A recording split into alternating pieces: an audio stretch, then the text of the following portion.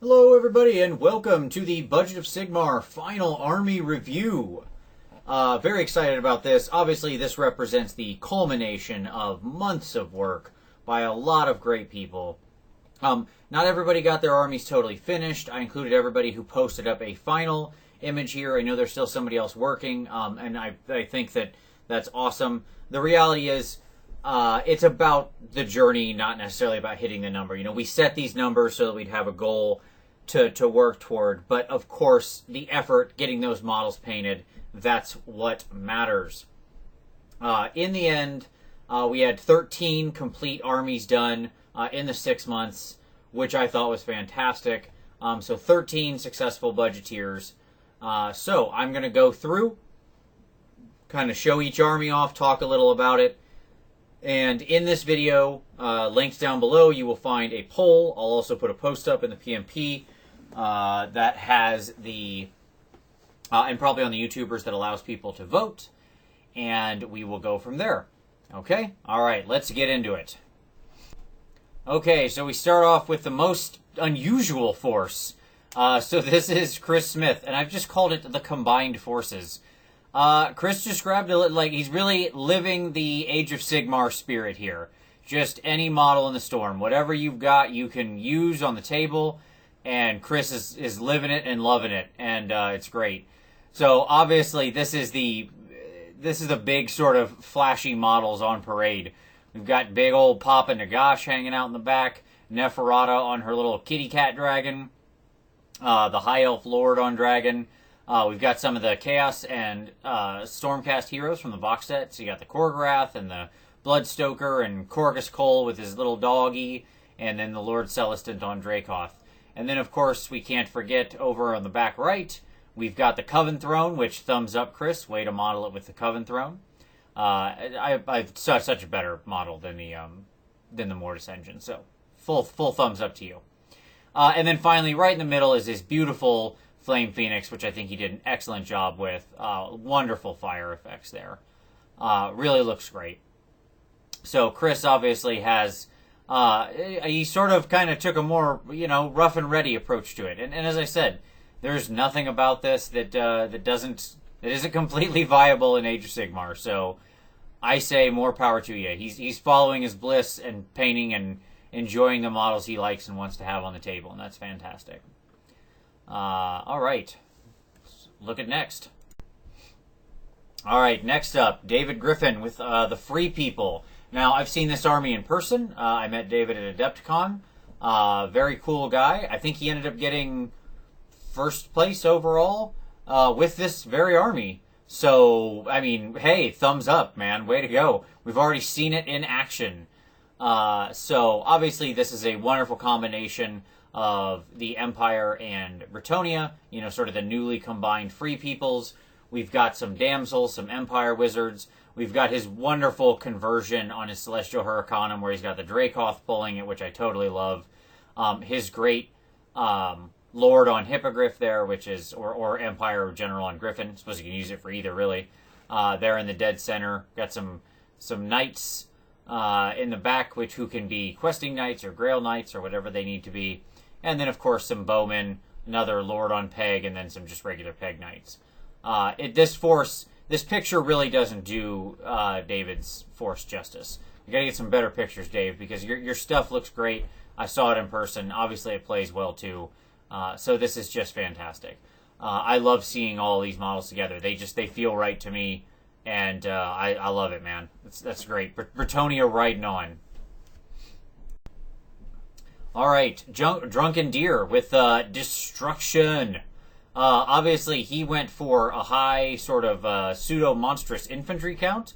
The man has more trolls than I think anybody in the universe. So you can see he's got a whole bunch, and he just went for all the different varieties, including the Lord of the Rings trolls, who realistically could also be giants, frankly. They're big enough to be small giants. They're about the size of the old, like the old school Warhammer giants. So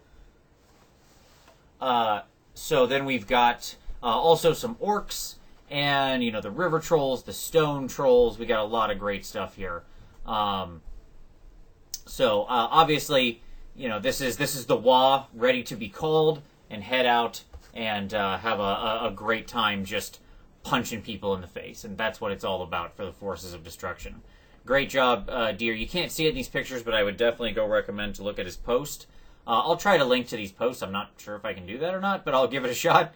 That is to say, like in the survey, because you need to look at some of his fun conversions with like the Lord of the Rings troll who actually has a big fork holding the human there, which I absolutely love. That's very Bert, Tom, and Bill. They'd of course be trying to cook him up. All right, Hooves of Doom with his Wood Elves, his now sort of combined, you know, maybe Wanderer force or whatever. Nice mix here of sort of the Way Watchers on the left. He's got some Glade Guard in the back. Big group of Glade Guard on both sides in the back. His wonderfully painted Durthu, which I still think he did a great job with. And, you know, the fun thing about that is he actually just followed, as he said, he followed Duncan's painting guide for that. And so, you know, I would say if you're painting up a Durthu or a Tree Man, you know, go check out those Games Workshop painting guides. He followed it, and the results are great. Hooves, it looks fantastic.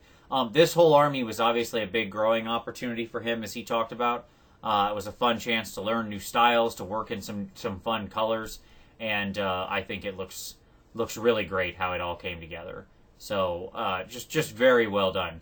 I don't know if the woods are part of it, but probably, because Durthu can summon woods, so those are probably in it too. So why not some trees?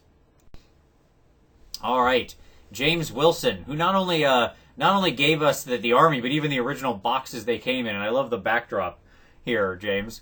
This is great. We're in like the professional photography studio here with the gray backdrop. So this is the Iron Warriors, right? He went for the Iron Warrior scheme. The metallic and gold with very little color, just the sort of deep crimson red. And, you know, James, one of the things that I knew was that James worked on throughout this was his freehand. You know, he had originally thrown up some banners, and one of the pieces of feedback I said was, you know what, try some freehand, you can do it. And I sort of did a video on how to do simple freehand. He did it, and I think this is exactly the example of why you want that freehand. Because when you look at this from a distance, you know, look at this picture. You can see that freehand. Look how much it makes each of those banners pop to have the Chaos Star or the Cross or whatever on each of those banners, right? It really makes it stand out. And this whole force is great. I love the small red accents. There's not a lot of it. Very sort of monotone, but in a great way. And the red obviously ties in well because it's got the brown tones in it, so it ties in there well with the golds and things like that. He's also got a really nice sort of wasteland basing scheme that I very much enjoy. All right, next up. All right, Jason Yarborough, who started a little late, but was still certainly had a nice contribution. He's got a big old Flesheater court army here. Huge number of ghouls, big crypt ghouls.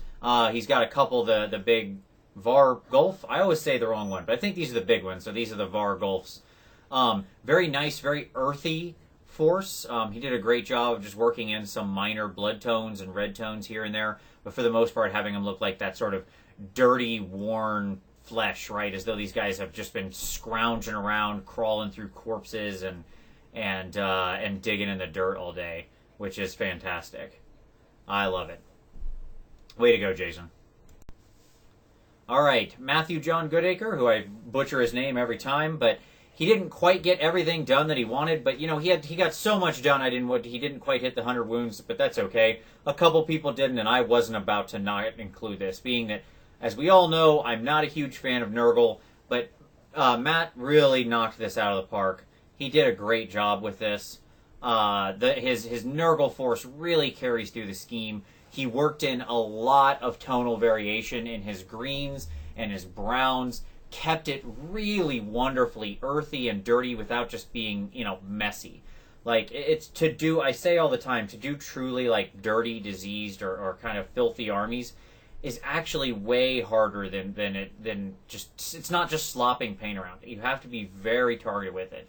And Matt does exactly that here. You look at, like, the rusting effects and the wear and the oxidation and all the little touches he put on the various metallics and things like that throughout the army.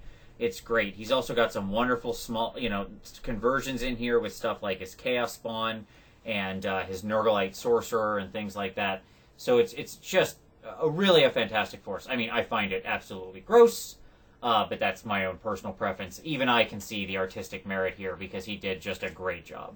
So very, very, very well done, Matt. Love seeing what you got done here. And as I said, I think originally in one of the posts where you talked about it, yeah, you might not have gotten the whole wound count, but this is more than enough to play a great game of Age of Sigmar with. You got a great force on your hands. All right, Rasmus. So Rasmus did a really fun force here because this is a lot of different conversions and older models and different things from different ranges. And this is his Death Cult of Ulric. So he's got obviously the big Wolf Riders standing in for, I think those are his Demigryphs. And he's got the Flagellants out there rocking and rolling, the old school Flagellants. He's got the Ulric big Hammer Knights. Just a really fun force with a lot of different color in it. And just a great example of like converting an entire army around a theme. And I love his big centerpiece model there. I think that's great. Converted out of the 40K. I don't remember the guy's name, but I don't know 40K models well enough. But obviously from the Space Wolves, sort of their lord guy or whatever who rides the chariot around. I'm going to call him Santa Claus. Yeah, because why not? He's got a beard. He rides a sleigh. There you go. All right, Scott R. with his combined Elves. Wonderful force and a great example of how well you can make all the different Elven factions and even different ranges and different time periods fit together. I mean, just look at this. So, way in the back we've got the Black Dragon from the Dark Elf line, and then on the other side we've got the High Elf Lord on Griffin. Very contrasting, how he did one in sort of the deep blue and one in the much brighter. And yet somehow, because he's using those blues all throughout, everything ties together with just a little bit of tonal variation to set it aside. He's got the newer Cauldron of Blood, but then the old school Witch Elves. He's got the standalone Medusa, which I love. Always love that model. So happy to see it in here. He's got the sisters, the old handmaidens type of model there. He's got the old school handmaidens in the back, and then the new sister archers up front. I love all of those. Great conversion there. And then obviously he's also got the Sisters of Slaughter and the Sisters of the Thorn. Really, this is like the Sisters Army. That's I should have called this Sisters Are Doing It for Themselves. Such a miss. All right, well, think about that in your head. Yeah. I don't think I even realized literally before I walked through the units how many different sisters he has in this army. It's great. Absolutely great, Scott. I love it. Okay. Next up, Stu Gibson with the Khornite Chaos Warriors. Stu has a lot of fun Khorn people here. Got Scar Bloodwrath right up front, obviously the Reavers and a bunch of Blood Warriors and Knights and such. I'll tell you right now, though, my favorite model in Stu's army has to be his big old Chaos Giant he converted back in the back there. You can see that he got rid of the big silly helm, head, and put a Chaos Helm on him, which I love. He Chaos Armored him up, which looks great. All in all, Stu did a fantastic job with some conversions, some great freehand and converting on that Lord, holding the big flesh banner. Absolutely wonderful. You really feel the Khorn theme come through here, and I think that's fantastic. So Stu, just a great job as a fellow Khorn fan. I love what you did here. All right, next up, my co-host from Warhammer Weekly. It's Tom, and he did his dwarves. This is a huge force he put together. And what's funny about it is this is still only a very small portion, or not small portion, but I shouldn't say that. It's not everything he had and had it as his goal. I think he only got through his targeted models for February, but obviously he still more than hit the number.